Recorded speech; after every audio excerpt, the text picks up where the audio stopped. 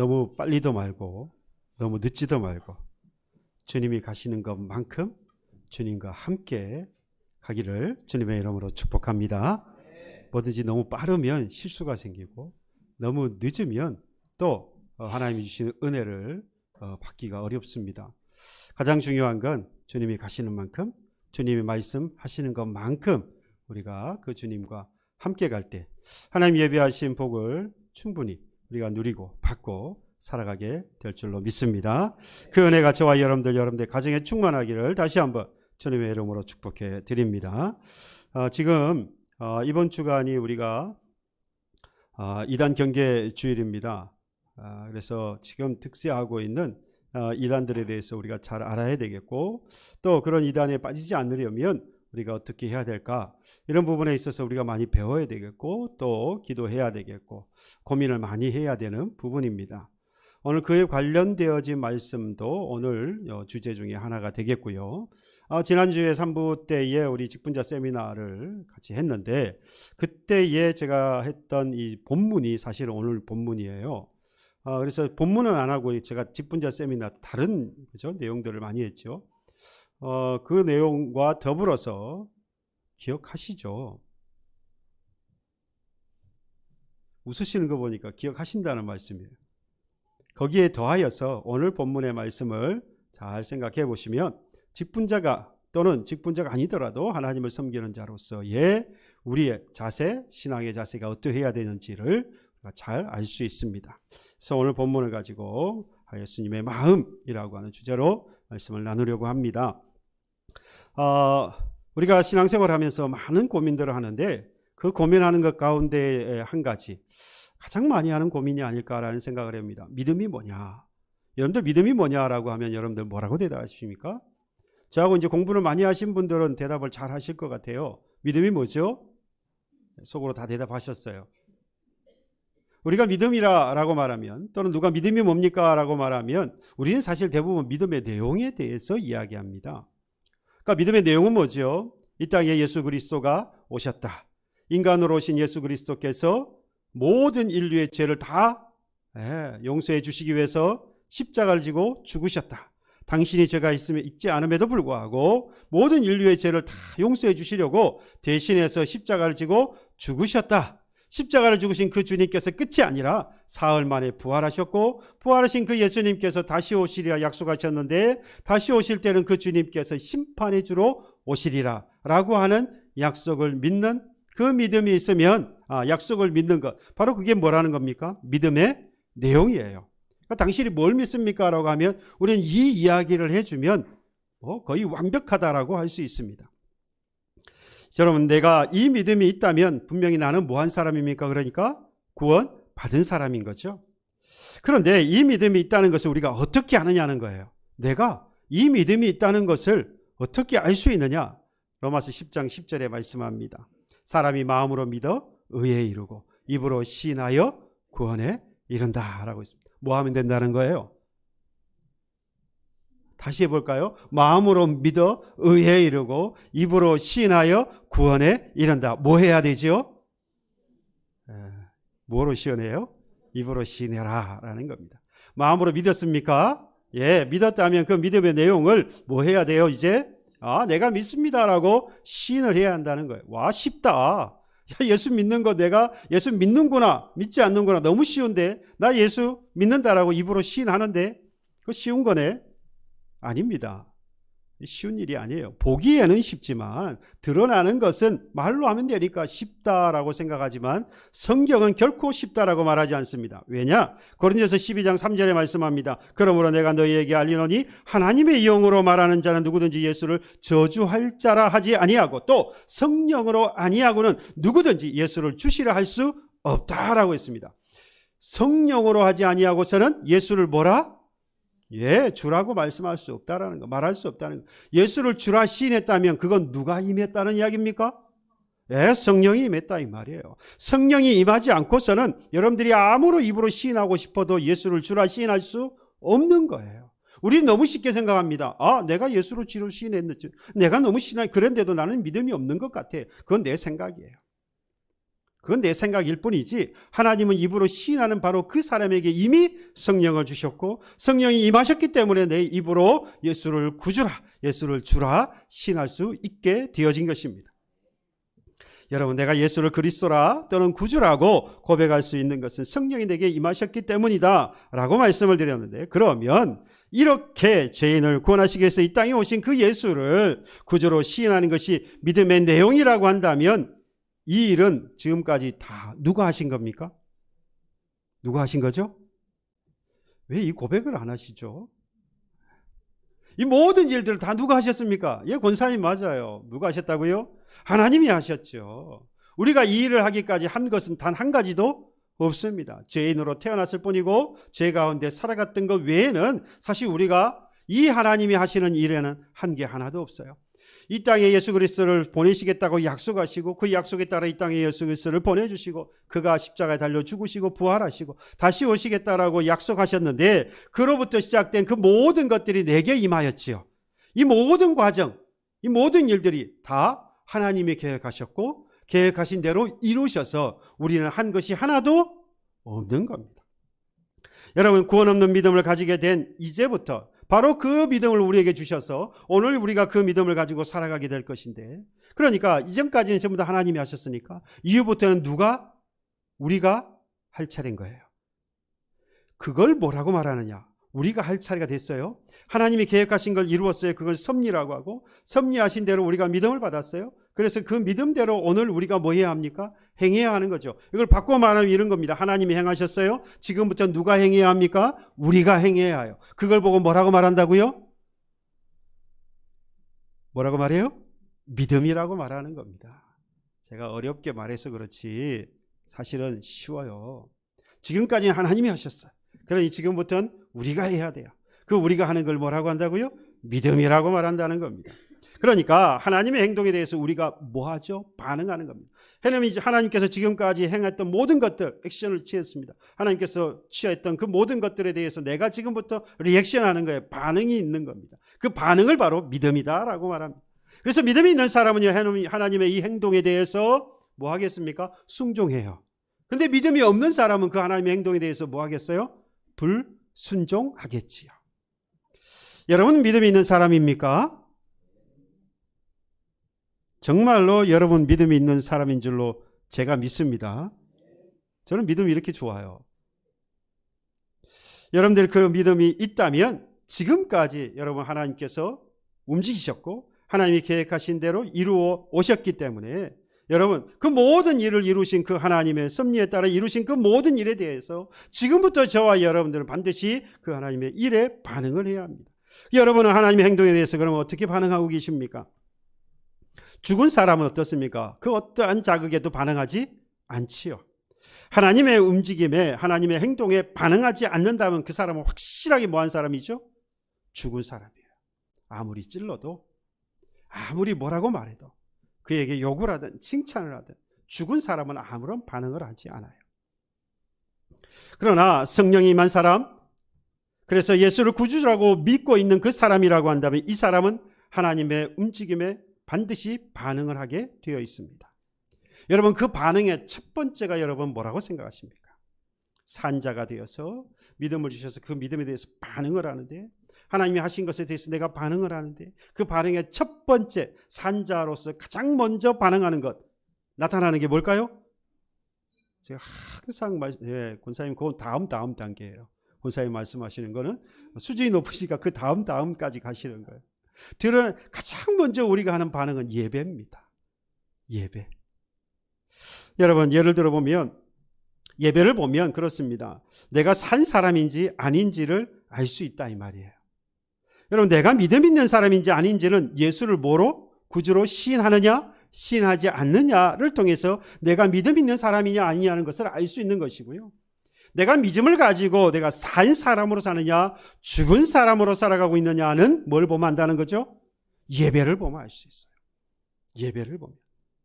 예배하러 교회에 오는 것도 참 중요합니다만은 정말 중요한 건 뭡니까? 하나님이 받으시는 예배를 드려야 하잖아요.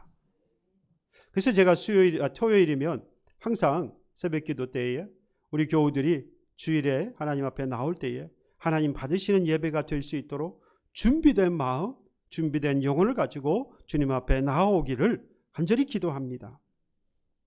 여러분들 하나님 앞에 나올 때에 교회에 출석하는 것이 아니라 하나님 앞에 뭐 하러요? 예배하러 오는데 그냥 예배가 아니라 하나님이 받으시는 예배, 그 하나님이 받으시는 예배가 되어야 지금 내가 산자인지, 산자는 하나님이 받으시는 예배를 드릴 것이고 비록 이 자리에 왔으나 죽은 자는 하나님이 받지 못하시는, 받을 수 없는 예배를 드리는 자가 되는 겁니다.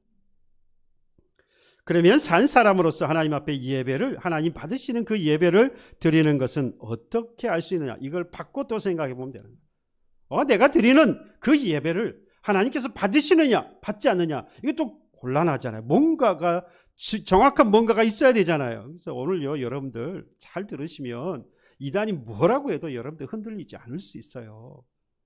이단이 야 네가 믿는 건 뭐야? 그러면 믿음에 대해서 여러분 믿음의 내용에 대해서 이야기하면 됩니다. 야 그렇다고 해서 네가 정말 믿는 사람 맞아? 아니 나는 믿는 사람이 맞는 것이 예수를 내가 구주로 시인했거든. 아니 누구라도 말하는 거 아니야? 아니야. 성령이 아니고서는 주를 구주라고 고백할 수 없다고 했단 말이야. 얼마나 완벽합니까? 그런데 네 입으로 성령이 임했다고 하는 것을 네가 그러면 어떻게 증명할 수 있나? 내가 하나님 앞에 나와서 예배하거든. 하나님 앞에서 나와서 네가 예배한다고 하나님이 다 받으시냐? 아니지. 물론 받으신다는 증거가 뭐야? 라고 하면 뭘 내놔야 되겠습니까? 반응이 있다 이 말이에요. 무슨 반응이죠? 바로 이런 겁니다. 하나님의 말씀에 대한 반응, 기도에 대한 반응, 찬양에 대한 반응이 있다라는 겁니다.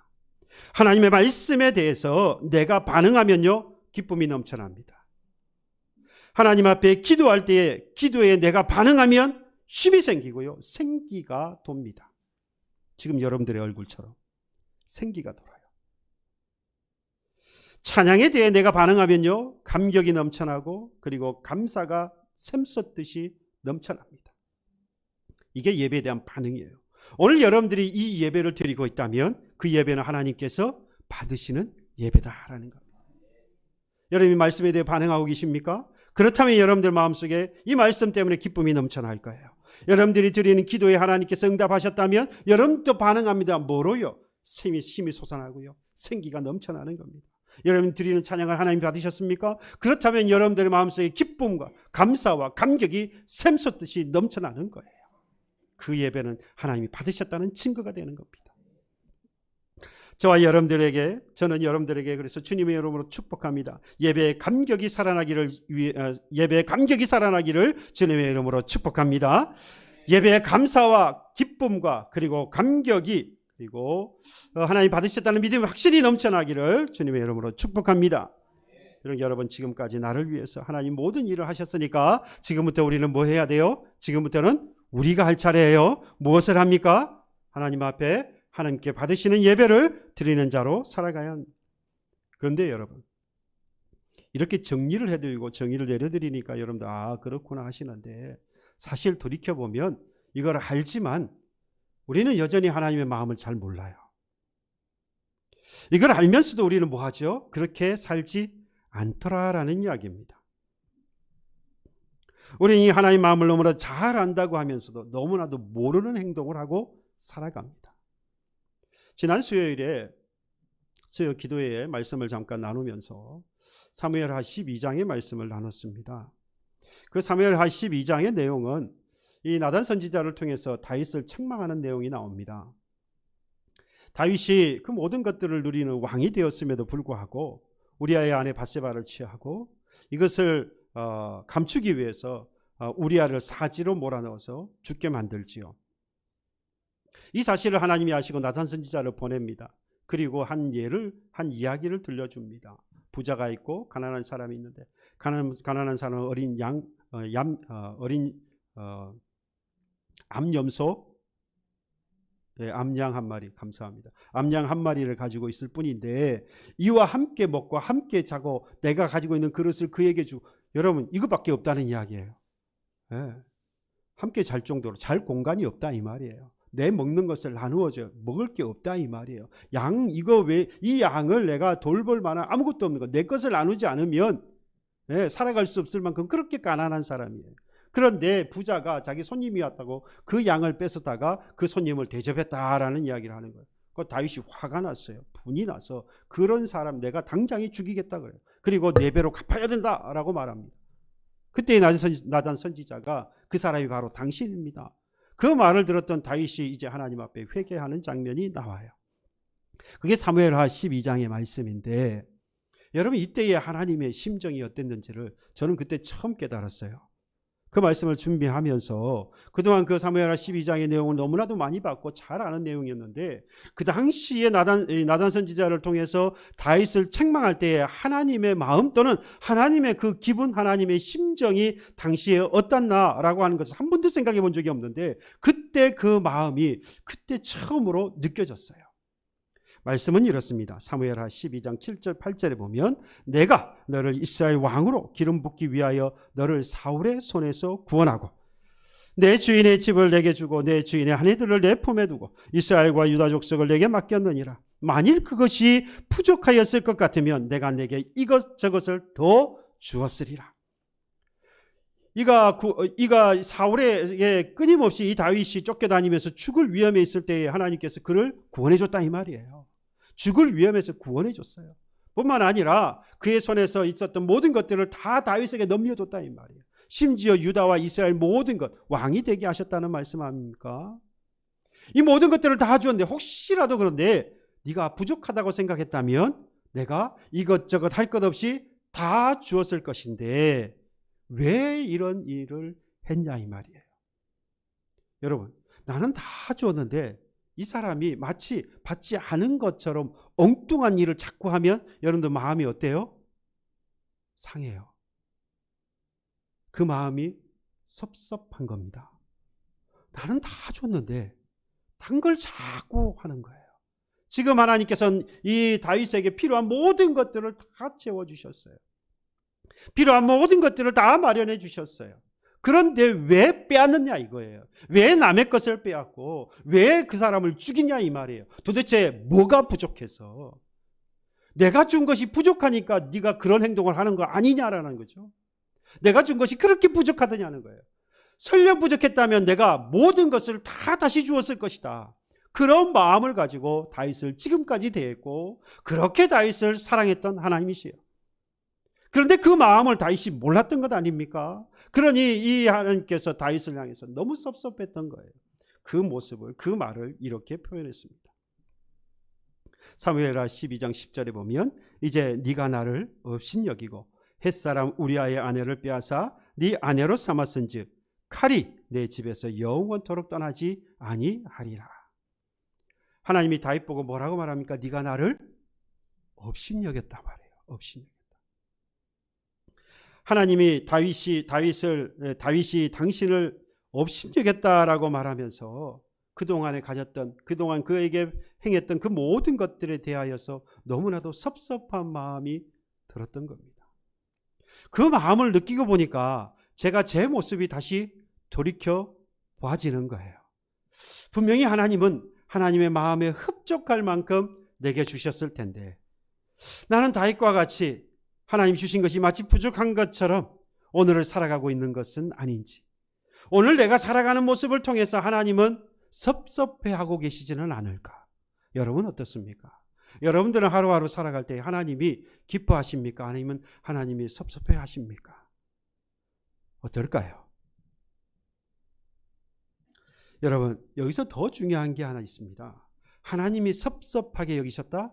하나님을 업신여겼다고 말했잖아요. 하나님이 업신여겼다는 말 자체가 바로 죄가 되었습니다. 죄. 겉으로 드러나는 죄는 간음죄였고 겉으로 드러나는 것은 살인죄였습니다. 그러나 살인을 하게 되고 그리고 간음을 하게 되어지는 결정적인 이유는 어디 있지요? 하나님의 마음을 알지 못했던 겁니다. 곧 하나님을 업신여겼다라고 표현되어지는 그 안에 들었던 기본, 곧 하나님의 마음을 알지 못하는 것으로부터 모든 죄가 시작되어진 것이죠. 우리는 겉으로 드러나는 것을 죄라고 말하지만 여러분 그 죄가 드러나기까지는 이미 그의 마음속에, 우리의 마음속에 하나님을 알지 못하여서 하나님을 업신여긴 것과 같이 된 바로 그것으로부터 드러난 죄까지 이르게 되어지는 거예요. 그래서 하나님의 마음을 알지 못하면 죄가 되어질 수 있습니다. 하나님의 마음을 모르는 건 죄를 범하는 지름길이 되는 거예요. 하나님의 마음을 알지 못하는 것은 하나님을 업신여기는 것과 같이 되어서 결국에는 죄로 나아가게 되더라는 이야기입니다. 매일 조금씩이라도 제 마음에 그런 마음이 들었어요. 조금씩이라도. 하나님 마음을 다 할 수는 없지만 조금씩, 매일매일 조금씩 그 하나님의 마음을 알았으면 좋겠다. 여러분, 오늘 본문에 나오는 이 예수님을 따라다녔던 이 제자들도 그 예수님의 마음을 전혀 알지 못하고 예수님의 마음을 괴롭히고 있는 모습을 오늘 볼 수가 있습니다. 예루살렘이 멀지 않았습니다. 이 예수님은 이 예루살렘의 여행을 마지막으로 해서 이제 예루살렘에 들어가 그가 죽게 될 겁니다. 그리고 따라다녔던 이 제자들에게 끊임없이 오늘 했던 이 말씀을 이전에도 2번이나 더 했어요. 그러니까 오늘 지금 예수님께서 제자들에게 내가 고난을 당하고 십자가에 죽고 대제사장을 비롯해서 동족 유대인들에게 내가 고난을 당하고 십자가에 달려 죽을 것이며 사흘 만에 3일 후에 내가 다시 살아날 것이다 라고 했던 말씀이 오늘뿐만 아니라 이전에 마태복음 16장 그리고 마태복음 17장에도 기록이 되어 있어요. 똑같은 말씀으로 기록됩니다. 물론 조금의 차이는 있습니다만 마태복음 16장에 보면 제일 먼저 예수님께서 이때에 당신이 죽으실 것과 고난을 당하시고 죽으실 것과 그리고 이후에 다시 3일 만에 부활하실 것에 대해서 말씀하실 때의 그 배경이 언제였느냐? 가이사랴 빌립보에 들렸을 때입니다. 그러니까 가이사랴 빌립보는 우상이 많았던 곳이에요. 그때에 시몬 베드로에게 너희는 나를 누구라고 하느냐라고 물었을 때에, 그러니까 우상이 많은 곳에서 우상을 섬기는 그곳에서 다 신이라고 말하잖아요. 예, 모두가 다 신이라고 말하는 그때에 야 너희들은 나를 누구라고 하느냐라고 할 때 이 시몬 베드로가 가장 먼저 나서서 주는 그리스도시요 살아계신 하나님의 아들입니다라고 하는 신앙의 고백을 했습니다. 그러니까 신앙의 고백이 완벽하게 세워진 주는 그리스도 구주라는 말이잖아요. 살아계신 하나님의 아들이라고 말하잖아요. 그러니 완벽한 신앙의 고백이 아닐 수 없습니다. 그때에 예수님께서 뭐라고 말하시느냐? 내가 이 동족에게 고난을 받고 십자가에 달려 죽을 것이며 3일 후에 내가 다시 살아날 것이다 라고 말씀을 한 겁니다. 이 관계를 생각해 보면 신앙의 고백이 있으니까 지금 이 말에 대하여서 어떻게 할까요? 충분히 받아들일 수 있을 것 같지 않습니까? 여러분 그런 생각 들지 않아요? 좋은 믿음이라고 한다면 예수님께서 무슨 말씀을 해도 받아들일 수 있을 것 같은데 전혀 그렇지 못했어요. 그 다음에 마태복음 17장에 가면 더더군다나 지금 변화산에서 예수님의 변화되는 모습을 봤습니다. 제자들이 올라갔고 그 제자들이 예수님을 볼 때에 엘리야와 모세와 함께 변화되어진 예수님의 모습을 보면서 그곳에 있고 싶다 그랬어요. 초막셋을 짓고 그곳에서 내가 영원히 있고 싶습니다. 근데 예수님은 그러지 않았죠. 제자들을 데리고 내려오셨어요. 은혜가 충만한 그곳에 살고 싶었던 그 제자들의 마음과는 다르게 예수의 마음은 뭐였느냐? 뭐라고 말씀하시냐? 그곳에서 내려오셔서 제자들을 있는 그곳에서 함께 예수님께서 말씀하신 것은 바로 이 내가 고난을 당하고 십자가에 죽고 그리고 다시 사흘 만에 부활할 것이다 라고 하는 말씀을 하시게 됩니다. 그리고 오늘 본문에 이른 거예요. 이제 세 번째 똑같이 또 이 말씀을 하시는 거예요. 뭘 놔두고요? 예루살렘을 앞에 두고 이곳에 들어가면 이제 며칠 후에 내가 죽을 것이다 라는 사실을 너무나도 잘 아시면서도 아시면서 그 상황에서 이 제자들을 모으시고 본문에서 보면 따로 사람들이 많이 따라다녔던 거예요. 그 가운데에서 따로 이 제자들을 불러내셔서 그들에게 말씀합니다. 내가 고난당하고 수많은 사람들 동족에게 그리고 대제사장들에게 그들에게 핍박을 당하고 고난을 당한다. 그리고 내가 십자가를 지고 죽는다. 하지만 3일 후에 내가 다시 살아날 것이다. 여러분 그 말은 세 번이나 연급해서 똑같은 이야기를 했다는 것은 유대인들의 입장에서 보면 이건 확고부동하다는 이야기예요. 확실한 것이고 그것은 절대로 돌이킬 수 없는 것이다라는 겁니다. 내가 반드시 죽는다는 것이죠. 내가 고난을 당하고 반드시 십자가에 죽는다. 그러나 다시 내가 부활하실 것도 확실하다는 거예요. 그런데 이 예수님이 하시는 그 모든 말씀에 대해서 제자들은 조금도 이해하지 못했습니다. 그들이 반응하는 것, 그들이 행동하는 것을 보았을 때에 이들은 전혀 예수님의 그 마음을 그리고 예수님의 그 말씀을 이해하지도 못했고 받아들이지도 못했습니다. 한편으로는 이해가 되는 부분도 있어요. 여러분 사람이 받아들이지 못할 때 보면 대부분 이해하지 못할 때예요.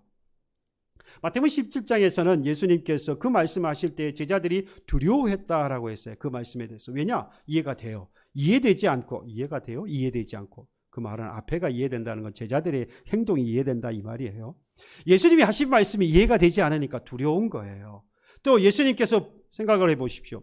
죽는다는 말. 아니 예수님께서 나는 함께하면서 마치 변화되어진 그 모습으로 함께하고 싶고 내가 신앙 고백했던 그 예수님이 그리스도로 그리고 하나님의 아들로서 나와 영원히 이곳에 있고 싶은데 그 예수님이 죽겠다는 거예요.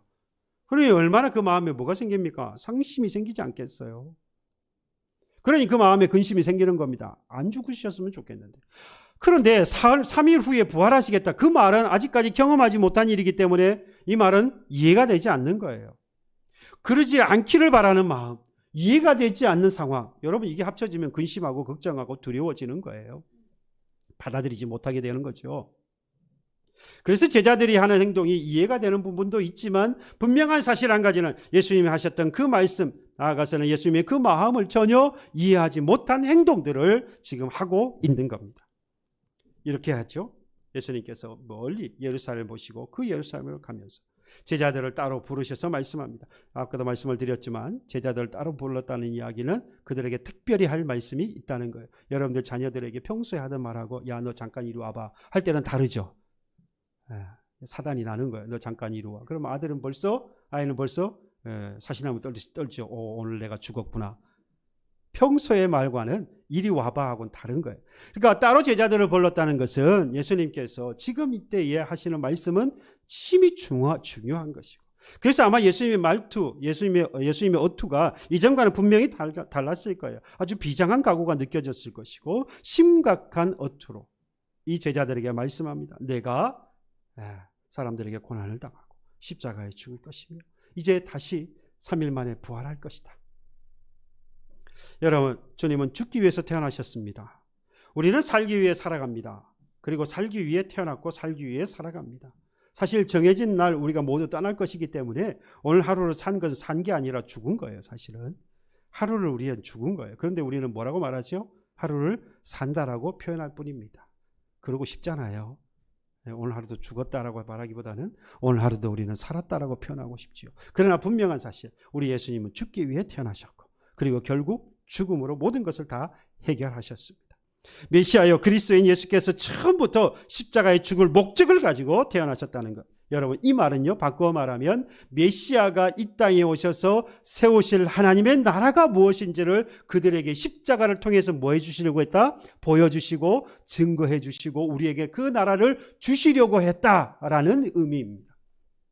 예수님께서 이 땅에 와서 우리가 말하는 것처럼 살려고 하셨다고 한다면 하나님의 나라, 지금 하나님께서 말씀하시는 하나님의 나라는 지금 십자가에 죽을 이유가 하나도 없는 거잖아요. 이 땅을 살아가면서 우리가 누리게 될 이 땅에서 말하는 그냥 하나님의 나라, 그러니까 그 나라하고는 이 땅에서 말하는 나라하고는 차원이 다른 거예요. 어떻게 다릅니까? 예수님께서 죽음으로 세우시는 하나님의 나라, 십자가의 고통을 당하시고 죽으심으로 세우시는 하나님의 나라이기 때문에 이 나라를 보고 우리는 영적인 나라라고 말하고요, 혈통으로 이루어지는 나라가 아니라 믿음으로 이루어지는 나라라고 말합니다. 그러나 제자들은 뭐 했습니까? 이해하지 못했다 이 말이에요. 그 와중에서도 한 인물이 툭 튀어나옵니다. 세베대의 아들들의 어머니 살로메. 그 아들 누구였습니까? 야고보와 요한이었어요.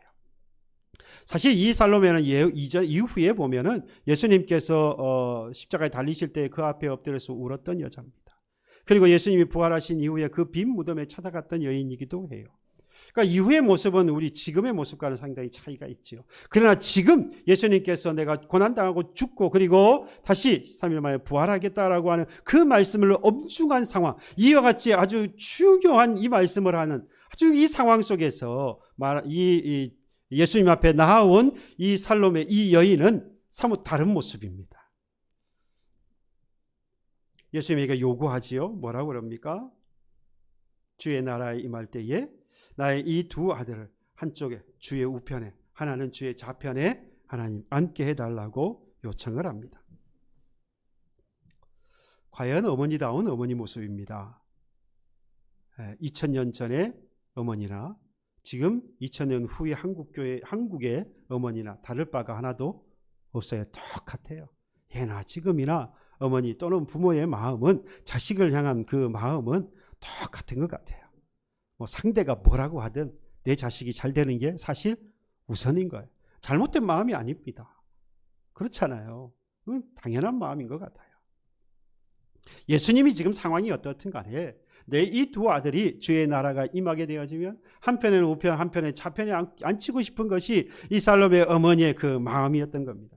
문제는 어디에 있습니까? 그 마음이 문제가 아니라요, 그 두 아들이 잘 되기를 바라는 어머니의 그 마음이 문제가 아니라 지금 주의 나라를 전혀 이해하지 못했다고 하는 것이 가장 큰 문제입니다.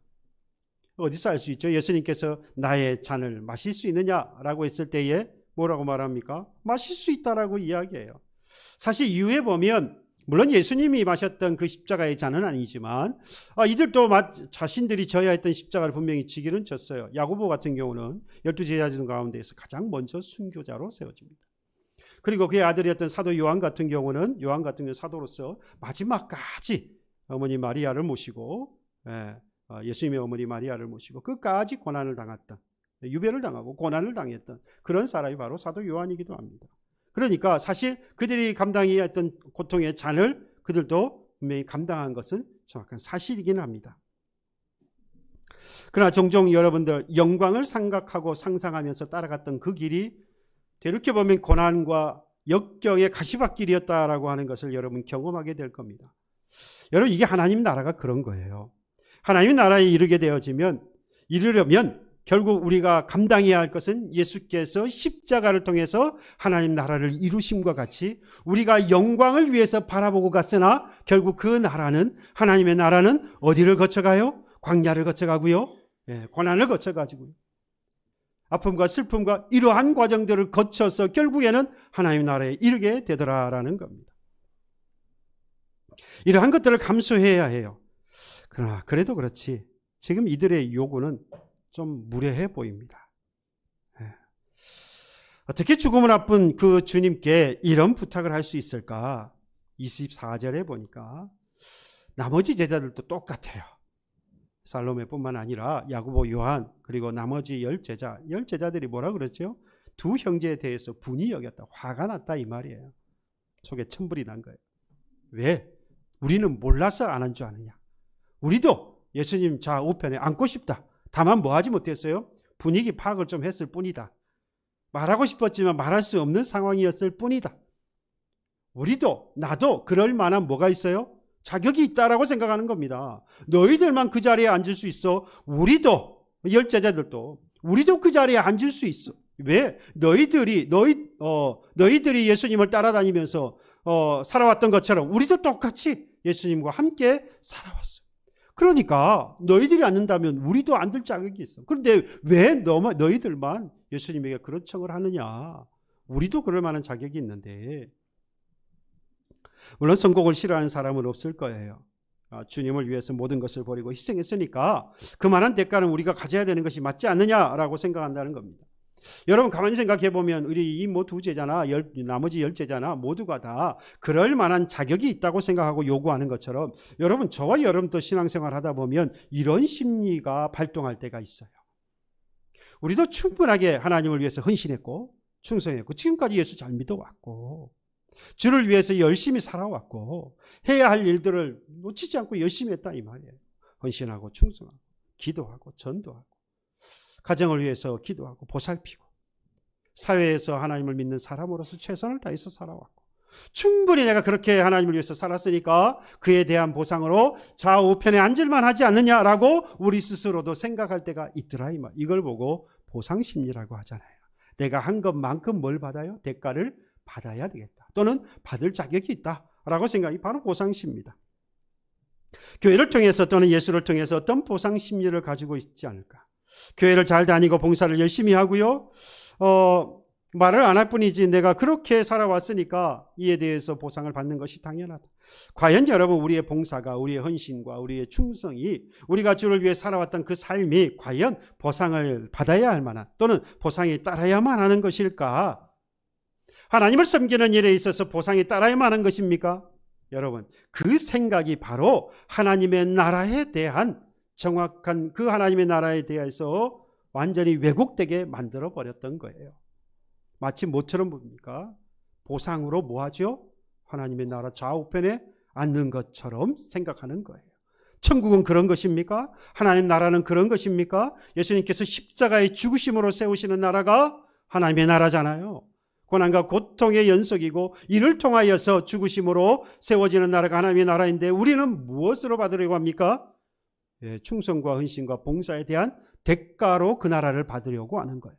이건 앞뒤가 안 맞는 이야기죠. 천국에 대하여서 하나님의 나라에 대해서 왜곡되어진 것입니다. 그래서 오늘 본문 예수님께서 하시는 거예요. 이 말씀을 하시는 거예요. 너희들이 천국에 대해서 하나님의 나라에 대해서 왜곡된 신앙을 가지고 있구나. 너희들이 지금 잘못 생각한 거야. 십자가의 죽음과 부활을 말씀하신 그 주님 앞에 성공만을 생각하고 있었던 그리고 그 성공이 하나님 나라의 좌우편에 앉는 것이라고 생각했던 그 제자들에게 주님은 다시 한번 하나님 나라가 어떤 것인지를 설명합니다. 심지어 2절에도 수도 없이 말씀하셨던 내용들이에요. 25절에 먼저 뭐라고 말하느냐? 세상에 많은 권력들을 가진 사람들을 이야기하면서 그들은 뭐예요? 자기 뜻대로 자기의 임의대로 모든 일들을 한다. 그곳이 어디라는 거예요? 이 세상이 말하는 천국이라는 거예요. 그들의 천국이죠. 철저하게 타인을 자신의 이익을 위해서 이용을 하고 아담과 하와 이후에 타락한 인간들 철저하게 이기적으로 살아가잖아요. 자신의 일을 위하여서 모든 것들을 이용합니다. 심지어 뭐까지 이용하느냐? 하나님까지도 이용을 합니다. 자신의 목적을 위하여서 말이죠. 이걸 뭐라고 말해요? 우상숭배라고 합니다. 우리는 얼마든지 하나님을 이용할 수 있습니다. 얼마든지 하나님을 사용할 수 있습니다. 하나님의 이름을 말하고 하나님의 이름을 이용할 수 있어요. 그건 하나님의 나라를 위해서이고 그건 하나님을 위해서이어야 해요. 그것이 만약 나를 위해서라고 한다면 그게 바로 우상 숭배가 되어지는 겁니다. 믿음의 공동체를 이용할 수 있어요. 우리에게 주어진 모든 것들을 이용하며 살아갈 수 있습니다. 그것이 나를 위해서라고 한다면 그게 바로 우상 숭배예요. 우리는 주를 위해서, 하나님 나라를 위해서, 하나님을 위해서 모든 것들을 사용해야 하는 것입니다. 하나님을 조종하려고 하는 행위, 하나님을 자신의 뜻대로 이용하여서 보상을 받으려고 하는 그 탐욕, 그 자체가 바로 우상 숭배라는 것이죠. 그런데 천국은 뭐라고 예수님이 말씀하십니까? 그렇지 아니하다라고 합니다. 천국은요, 어떠한 것입니까? 두 가지 딱 정의를 하셨어요. 크고자 하는 자는 섬기는 자가 되어야 돼요. 두 번째는 뭡니까? 으뜸이 되고자 하는 자는 종이 되어야 한다. 섬기는 자가 되어야 하고 종이 되어야 해요. 근데 섬기는 자가 뭐죠? 종입니다. 그러니까 섬기는 자나 종이나 사실 같은 말이에요. 크고자 하느냐? 종이 되어야 한다. 으뜸이 되고자 하느냐? 섬기는 자가 되어야 한다. 바꿔 말해도 크게 이상하지는 않아요. 아무튼 크고자 으뜸이 되고자 한다면 종이 되어야 하고 섬기는 자가 되어야 한다. 이게 어디라는 겁니까? 이게 뭐라는 거예요? 천국이고 천국의 원리다라는 이야기입니다.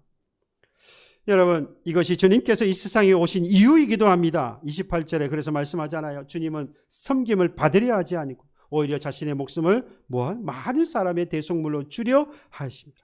그러기 위해서 이 땅에 오셨다 이 말이죠. 세상의 가치와 천국의 가치는 분명히 다릅니다. 천국을 살아가는 사람들은 타인을 수단으로 생각하지 않습니다. 목적으로 다루어요.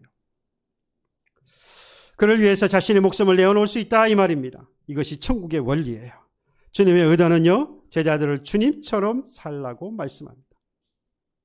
그런데 제자들은 어떻습니까? 수고와 헌신, 주님과 함께 살아갔던 인생을 반추하면서 우리도 주님의 나라에 이르렀을 때에 좌우편에 앉는 것이 마땅하다. 그래서 예수께서 왕이 되시면 내가 좌우편에 앉으리라.